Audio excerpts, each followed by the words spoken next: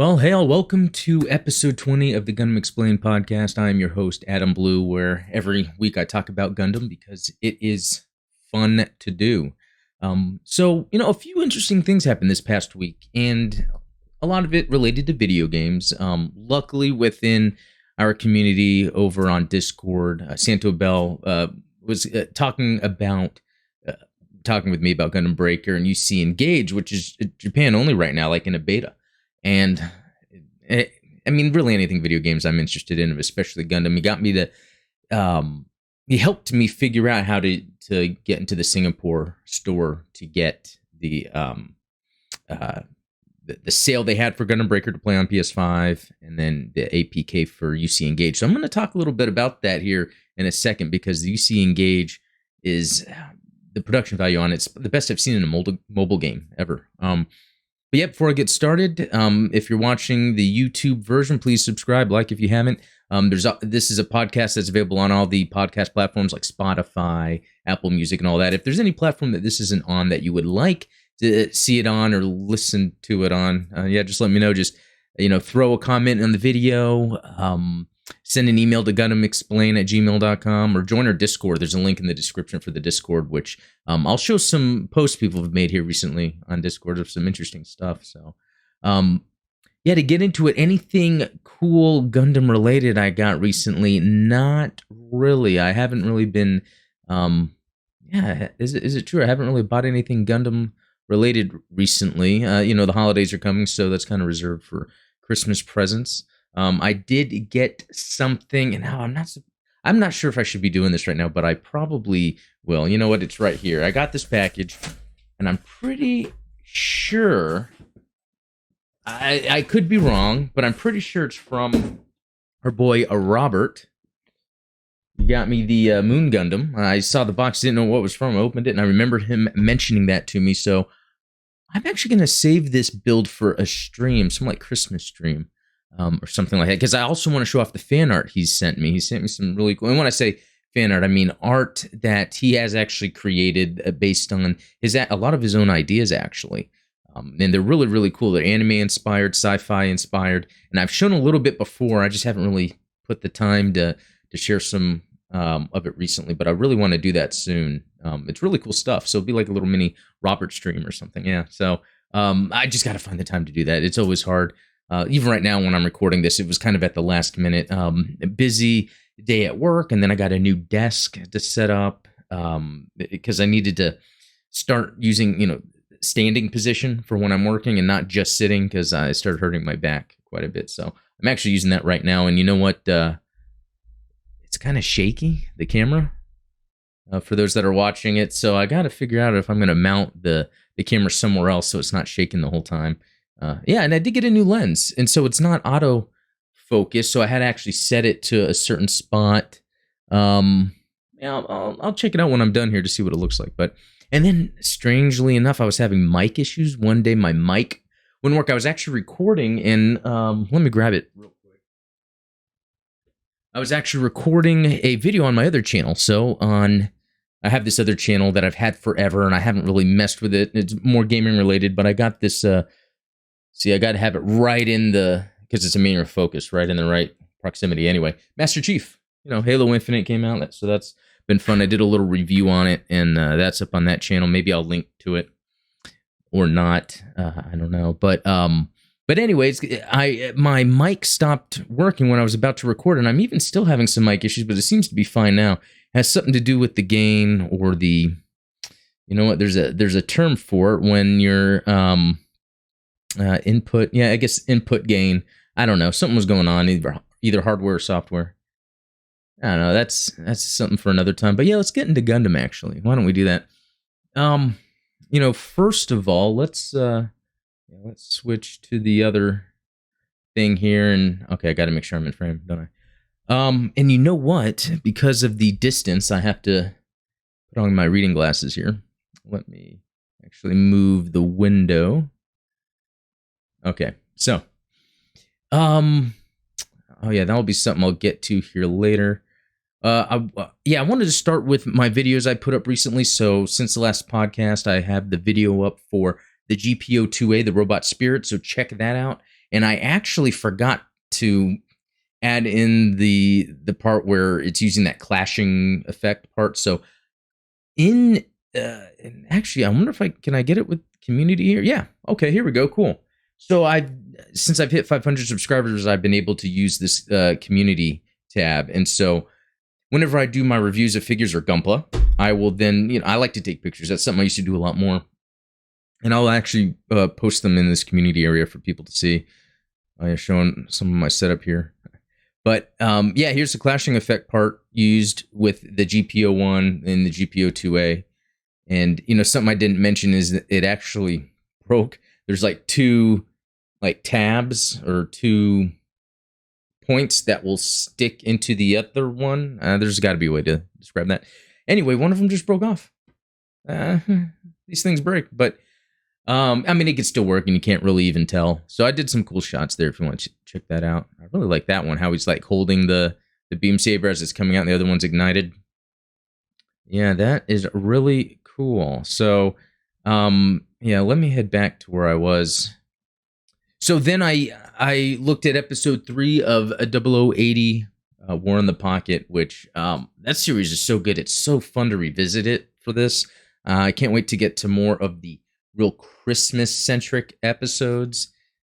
It's just that time of year, so it's a lot of fun. But yeah, and then you know what? I might as well quickly touch on the giveaway because I'm at nearly 560 and I'm about to hit 600. And so as soon as that happens, I'll be doing a giveaway video. Maybe that'll be part of the live stream. We'll see how the stars align for that because that'd be pretty fun to do. All right, so let's jump into gaming for a moment. And you know what I want to do? Let's see if I can actually get it on my mobile. Although for those just listening, you probably wouldn't be able to see. But let me just give it up to Santo Bell from Discord. I'm going to see how this... So he was able to... Yeah, I guess it's really hard without the autofocus on this. I mean, that type of lens is really expensive. I just needed a prime lens with a good f-stop. But anyway, he helped me acquire the APK for this UC Engage mobile game on Android because it is only in Japan right now. And even then, I think it's just a beta. But I got to try it out, and the first thing I got to say is the production values are off the wall. It has its own CGI going on. Even the design of the mobile suits using, the polygons, the in-game engine is top tier, and the animations are well done, and it has not only animations of the polygonal designs, but also the animation cells of the 2D art of the pilots like Char, Amuro, etc. And it even has clips as you do missions that are from certain eras, like Origin or 0079. It actually has clips from the shows in there, and like the full animation, and the whole package is just amazing.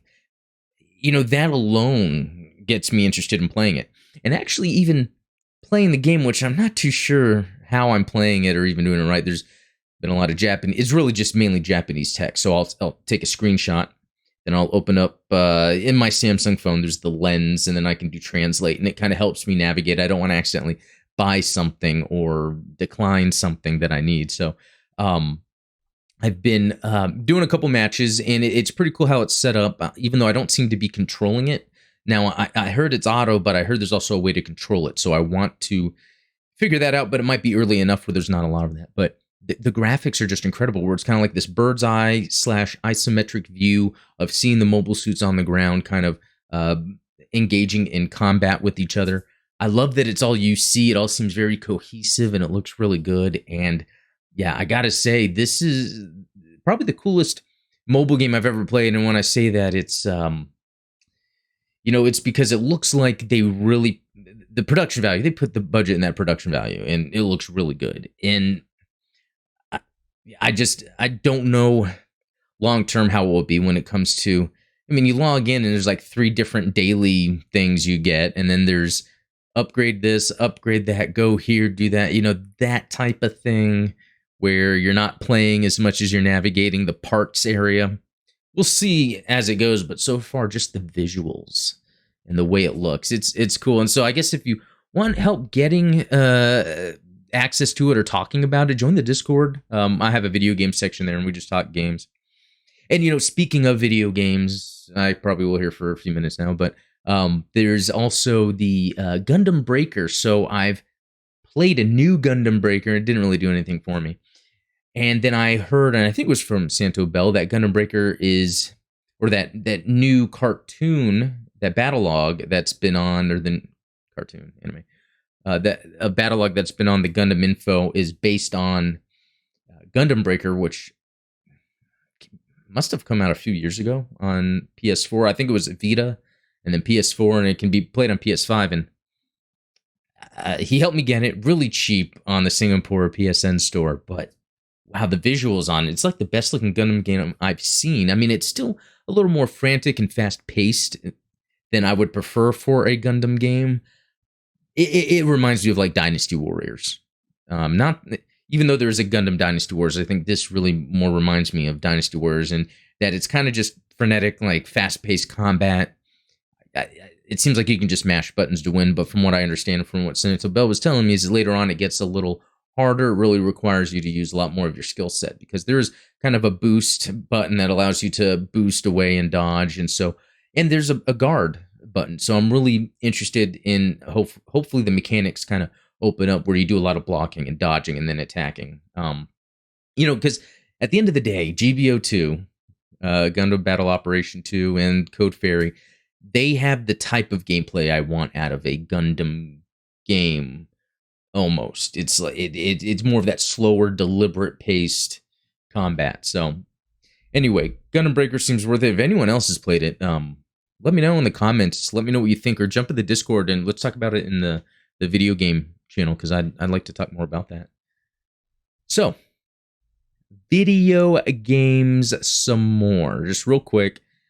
GBO2 had a couple things going on. So in Code Fairy, there's this mission where you get this, and you can kind of see it right here. It's like this giant Xeon mobile suit that has like a cannon on it, and it also has a melee weapon. And I happened to get it. Yeah, I actually had a ton of coins, and even though I have the game, and I think, or from Code Fairy, I think I can still get it that way. I was just wanting to use up my coins because I actually haven't played that much lately. As an 11th bone, I wonder if I got that operator. I don't know, but anyway, they've got a cool, crazy mobile suit here. Look at that; it's like a mobile armor mobile suit. In Code Fairy is actually pretty fun to use. There's a mission where you use it exclusively, and I think it's either today or tomorrow or sometime this week. The last chapter, I think, of Code Fairy comes out. I forget exactly, but that's been fun. I think I mentioned it last week. I had to go to easy in order to actually beat it and play through it, because it's pretty difficult. I got as far as I could with normal, but yeah, I'd like to go back, finish it on normal, and then hard, because it is fun. It's classic Japanese action video game gameplay. Yeah, there's that, and then I think there was something else there too. Let's see. Yeah, this PlayStation Partner Awards 2021 winner. I've never heard of this, and I guess it's 2 years running. But because of that, they have some kind of special. Yeah, there was like, so if you log in right now, and I think it actually started a couple days ago, you could get like some free supply drops. So really cool way to get some free stuff. Yeah, and GBO2. So anyone else still playing GBO2? I tend to like play it weeks on end, and then I stop. And then I get back into it. I think it's so fun, but then I get super involved because of the gameplay, and I'm just wanting to play it over and over. And then I think I get burnt out, and then I stop. And Halo Infinite's out right now, and that is a ton of fun, considering the drama. And yeah, if you head to my other channel, which I guess I'll link it in here. I don't know if I linked it before. I've been doing a podcast there lately about gaming, and I've been talking about Halo Infinite because it's been fun to play, fun to talk about. I haven't played it as much this week as I plan to, just due to work, being a little busy, but yeah. So moving on. Okay, this looks sick. This is on Premium Bandai. This is a metal build Crossbone Gundam XO full cloth. The pre-orders haven't even started yet. The thing is 320. So from what I understand, this and correct me if I'm wrong, but this isn't a Gunpla. This is just a metal die-cast action figure of a Gundam. And I mean, look at that. That thing looks sick. I mean, they really need to adapt Crossbone into anime. I mean, it's the perfect thing for people that want a sequel to F91. I mean, I would love to get this, but the price, and I've already put in that pre-order for a bunch of things recently. There's no way I'm going to jump into this as well. But yeah, and then the standard little look for it. It looks just like, you know, I love it how they look very similar to the Robot Spirits in terms of the aesthetic, the design of the mechanical parts, but being the different line metal build, it's going to have a lot more to it to kind of refresh this design. And man, yeah, 320 comes out July 2022. So it's not, the pre-orders haven't opened yet. And so from what I've gathered recently, especially there's been a bunch of recent premium Bandai Robot Spirits, is that things haven't been selling out. So luckily, as soon as it goes up for pre-order, which might be, I'm recording this, so it's probably going to be the next morning. I just don't see my, Core Fighter? Oh, you got me there. You got me there. I don't know. I cannot see myself dropping that cash. Now, if this was like a doubles, see, I don't know. Why is it so expensive? Is it because it's metal? Because I have that double Zeta and that Zeta, and there's some metal in it. A little bit. I don't think it was that expensive. I don't know. It's really cool. You know, something else, I didn't get to read this, but I wanted to show this off, and I found this on Reddit. It's Zimmerit, ZIMMERIT.mo, M-O-E, and they have this towards a historiography? I don't think I've seen that word said in that way, but okay. Of Gundam's 1 Year War, and it's supposed to go into kind of canon. And just a bunch of interesting stuff. I didn't get to read this yet, but I think this would be very interesting for people that like to, you know, get serious and deep into their Gundam lore. So I'll try to remember to link that in the podcast. I thought that was pretty cool there. All right, what's this other link I got up? Oh yeah, so this is a translated original character profile from Gundam UC Engage. So UC Engage, the game I was just talking about. You know, it's supposed to add some more mobile suits and characters to the UC timeline. And so they have this character here. Pesky Montagne. What? Again, they're going crazy with these pronunciations. Anyone can correctly pronounce it. And I understand now. There's the Japanese and English version of pronouncing something. But, yeah, like, record it and send me a link to it somehow. But, yeah, the Mobile Suit Gundam UC Engage original character, a new type candidate trained by the Flanagan Institute. 16 years old. She volunteered as a pilot to follow in the footsteps of her adoptive father, Captain Oregon. Okay? So, her name, Pesky Montagne, alone is quite out there. But for a captain to be named Captain Oregon? What are they getting at here? A technical officer in the Zeon Armed Forces. However, her mobile suit maneuvering skills are far from the desired level for combat, and her ability as a new type is low. So, this almost sounds like what they did with Narrative, where Narrative had those 3 kids, and 2 of them weren't really new types, and it wasn't the Flanagan Institute. I think it was called something else, right? That they were using him in, and, you know, one of them, he wasn't really a new type. The one that was in the Narrative Gundam, actually, wasn't really a new type, and so I think it's interesting that they're kind of doing the Zeon side of that. So, sure, and that's what would be interesting. Especially, I need the English language version of UC Engage. Even though it's cool that I'm playing it right now without the English, I'm like lost half the time. And I want to see what they do with the story. Yeah, I think it's pretty cool. Yeah, you know, so back to gaming, kind of. Really, I thought the mobile suit of the week would be the Titania.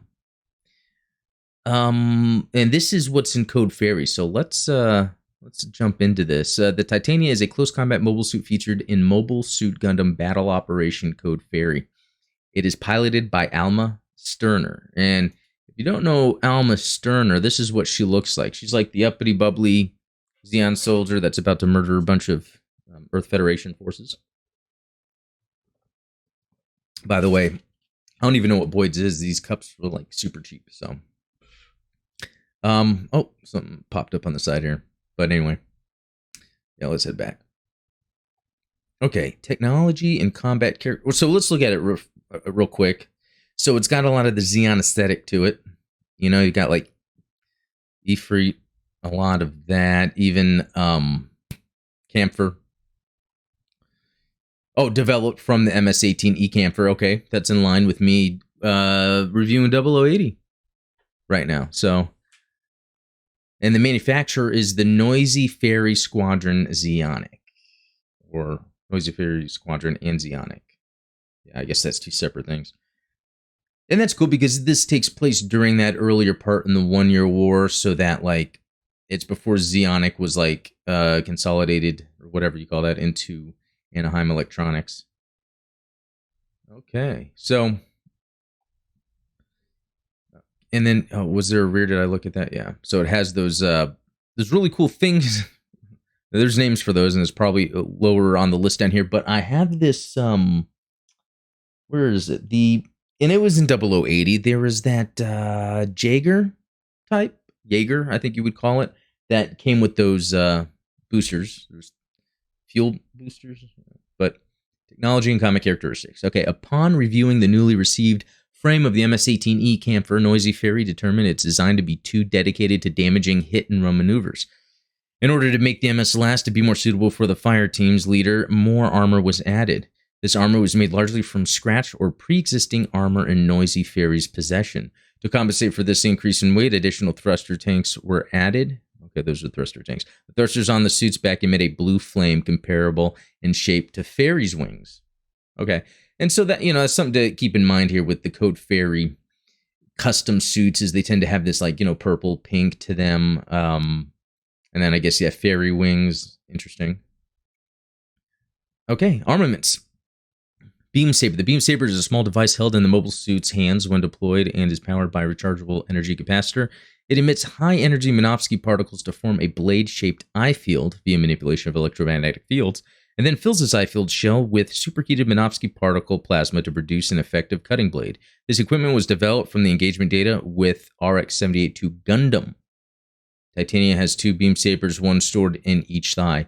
And I regret to inform everyone, but as I was playing Code Fairy, I was so into wanting to play the missions, I was skipping the dialogue and cutscenes, and I just told myself I would watch them later. So I wonder if they explained this in it, or that was part of it, where I know there's a time they either showed or talked about the RX-78 too. So I wonder if they actually talked about how it got the data. But yeah, stored in each thigh. That's very cool. So ZUX 197 Jagged Ewer 192mm shotgun. Specifically designed for assault-type MS, this weapon is of the same type as the one used by the MS-08TX Ifrit. It has 9-round capacity with Doan ammunition, including Slugshot, Luna Titanium 00 Buckshot, and MSU's Birdshot BB shot. It can be loaded via pump action or automatically by an electric mechanism. Unlike the Camphor, Titania only wields one of these, and it is stored on the back while not in use. In-game, shotguns are able to stun enemies no matter their resistance due to the shotgun delivering stun via multiple projectiles at one time. 360mm giant bazooka. The same MS-use bazooka as used by the Dom. It fires rocket-propelled 360mm physical rounds. It is fed by a 10-round magazine found near the back, and a single round can blow the torso off an enemy mobile suit. Unlike the Camphor, Titania can only wield one bazooka at a time. Stormfast. A simplified disposable rocket launcher. It is commonly used by Zeon mobile suits in the late stages of the 1 Year War. As the warhead is not equipped with a guidance device, it is extremely hard to use the Stormfast to hit a moving target accurately. However, it is still a highly destructive portable weapon. 2 Stormfasts could be stored on hardpoints on the hips of the Titania. In-game, the 2 Stormfasts are handheld and launched simultaneously. Arm-mounted minigun. a mini Gatling gun found within the left arm of the Titania, similar in construction to the one found on the MS-08 TX and Ifrit Nacht, but functionally similar to the one found on the RX-78 and T1 Gundam Alex. It has an extremely high rate of fire and carries 30 rounds. So, let's see. With that, some pictures here of it in the game. Let's see.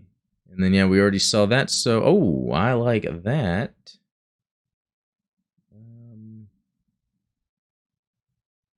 Okay, I don't know why that is there. Okay. Okay, very cool. Trivia, despite the appearance of what looks to be Vulcans on the mobile suit's head, they are unusable in-game and are without mention in the game data. This suit also shares the same name as the PMX-004 Titania form of Paptimus Sirocco's mobile suit projects. Okay, interesting that it shares the same name. And it sort of has a similar look, but it's from SD Gundam G Generation Games. So, okay, that's just all confusing in itself. Anyway, very interesting to see these Code Fairy mobile suits. You know, it's basically more based around Xeon mobile suits, and they tend to take different elements from other Xeon mobile suits from the 1 Year War and kind of mash them together instead of creating all new, like, crazy advanced mobile suits, because this is still canon. It's from that part of the timeline, so I don't think they want to go too far out. And I think that's kind of a cool way to go about it.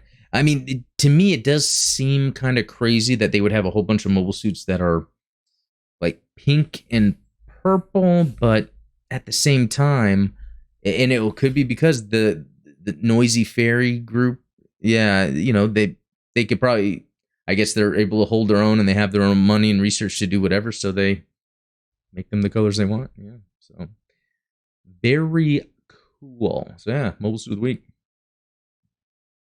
All right, and then in the Discord, Gunpla and Collectibles channel, Will posted what's pretty cool. This is from Code Fairy. I guess this is some high grades that they're going to be coming out with, because there's some pretty cool designs. Again, it seems like they're taking elements of other mobile suits during that time period and mashing them together. Although I think this crown, and I brought it up on a previous podcast, is just kind of crazy, but I'll go with it. Yeah, here we go.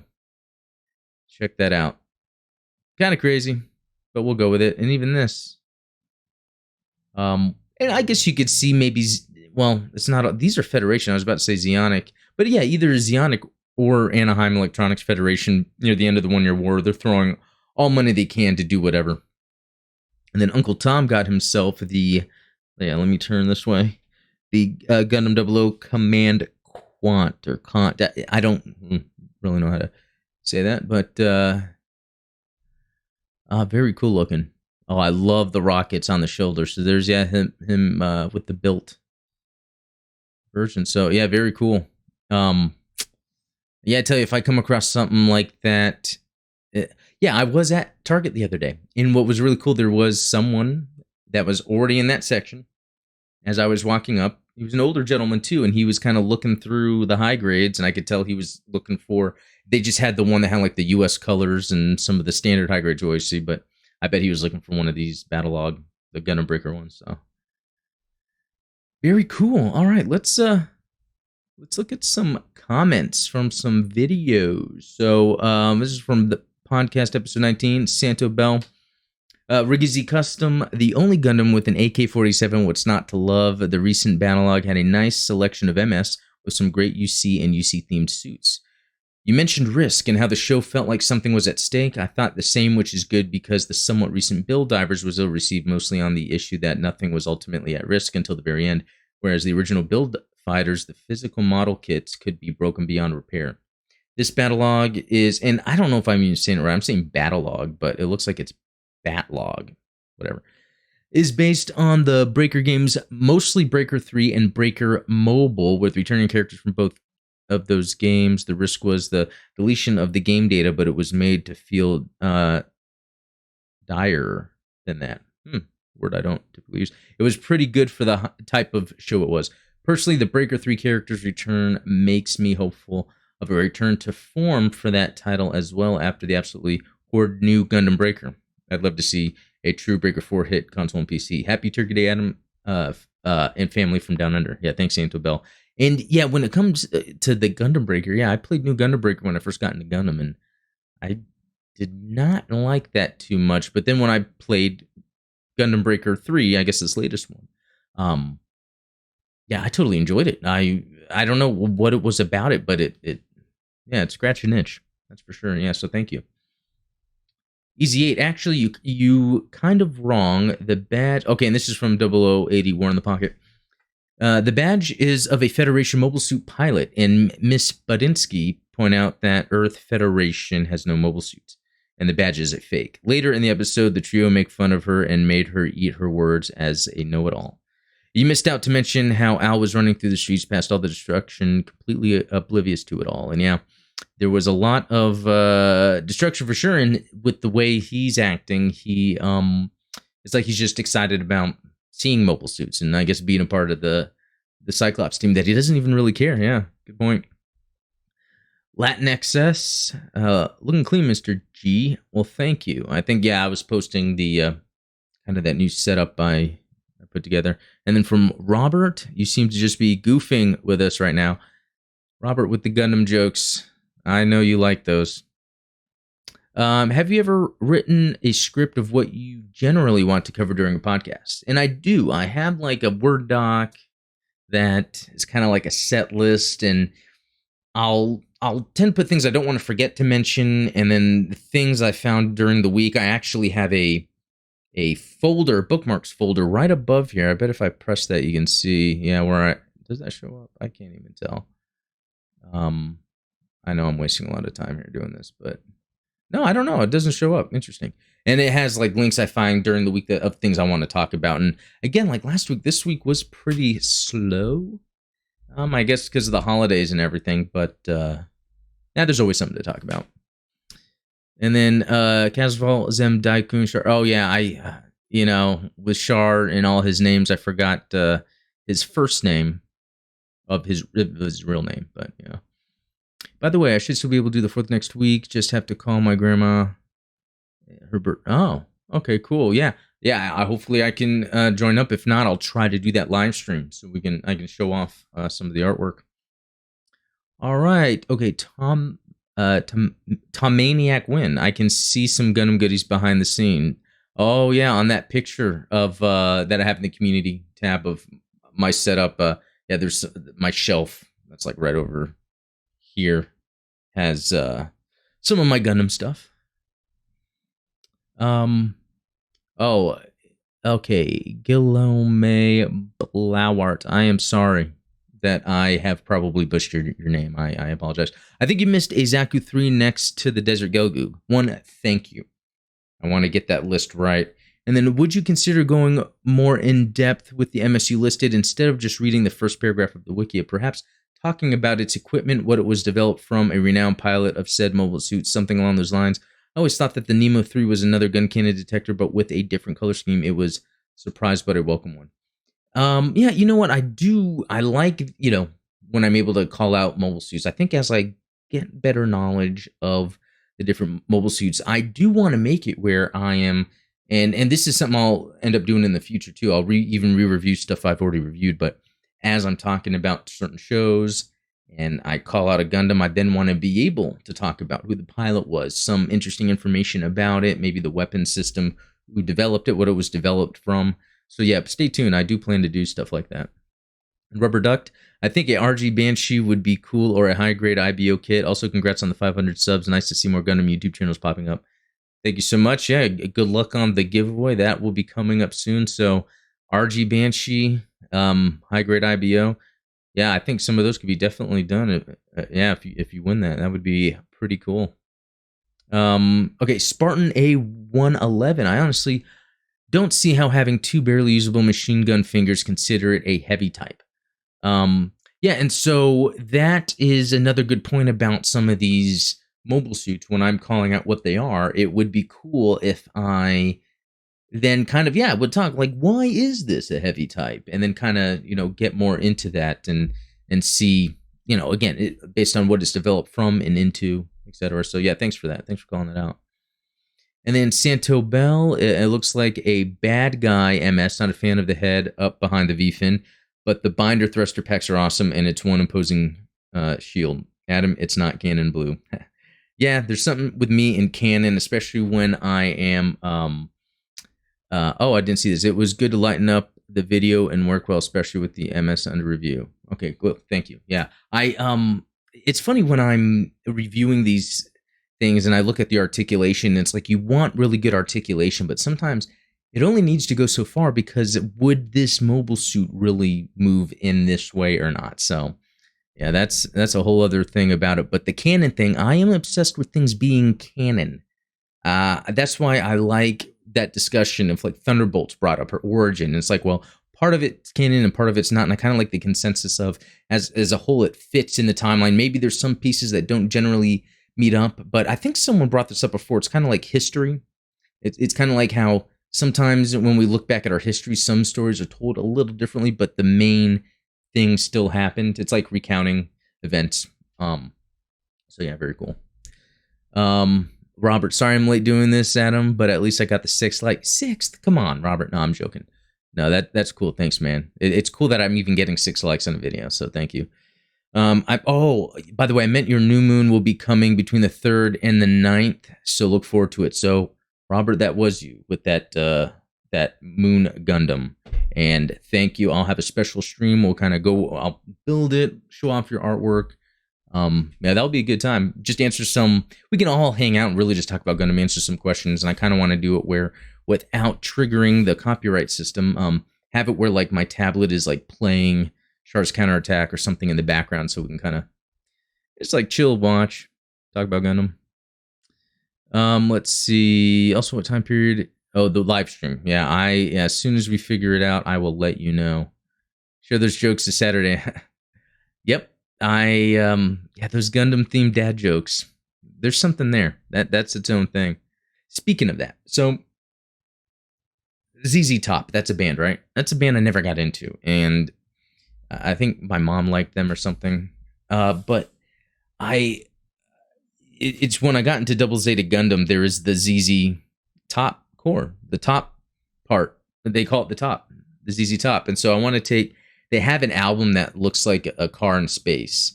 And I want to call it I want to take that album cover and put the core top there and call it, ZZ Gundam Top. And then they have a song that sounds like a Gundam opening. And I'll play that sometime. I'll make a video where I'll take the ZZ Gundam opening and I'll actually put the ZZ Top song on it. I mean, if this hasn't been done already, then I'm so excited to be the one to start that. It's got to have been done already, right? I'm pretty sure. And it makes me think, is that all related? Did Tomino like a ZZ Top and then that music was popular and it just happened that way? I don't know. Okay, from 0080 War in the Pocket, from Santo Bell, the backpack on the cover is the same backpack on the bear guy from Build Fighters Try. Love trivia like that. I like the character dynamic in 0080, really well portrayed. Yeah. Man, it's just crazy that. I use that thumbnail on purpose of Bernie and Chris because that relationship they develop, even if it's very minimal, it's oh man, the contrast to the ending. It's just, there's nothing else like War in the Pocket. I can't wait to review that last episode. 5th like, and darn you, Santo Bell, you actually sniped first on both videos this week. Ha ha ha. Santo, do you have a Dropbox account? Oh, interesting. Let's see what that's about. Sorry about the time of my first post. My booster kicked me to bed. Oh, booster shot from COVID. That's right. And I think you made a post about, I think somewhere up here. Yeah, Bernie's the more mature one. Yeah, he definitely is. Halfway through already. I think so. There's not too many more episodes. Sweet photography, man. Thank you. Yeah, that was the GPO 2A post. So yeah, anytime I'm shooting my videos of either Robot Spirits or coming soon some Gunpla, I'm definitely taking pictures with my DSLR. And I have a light box I use it with, and I have this.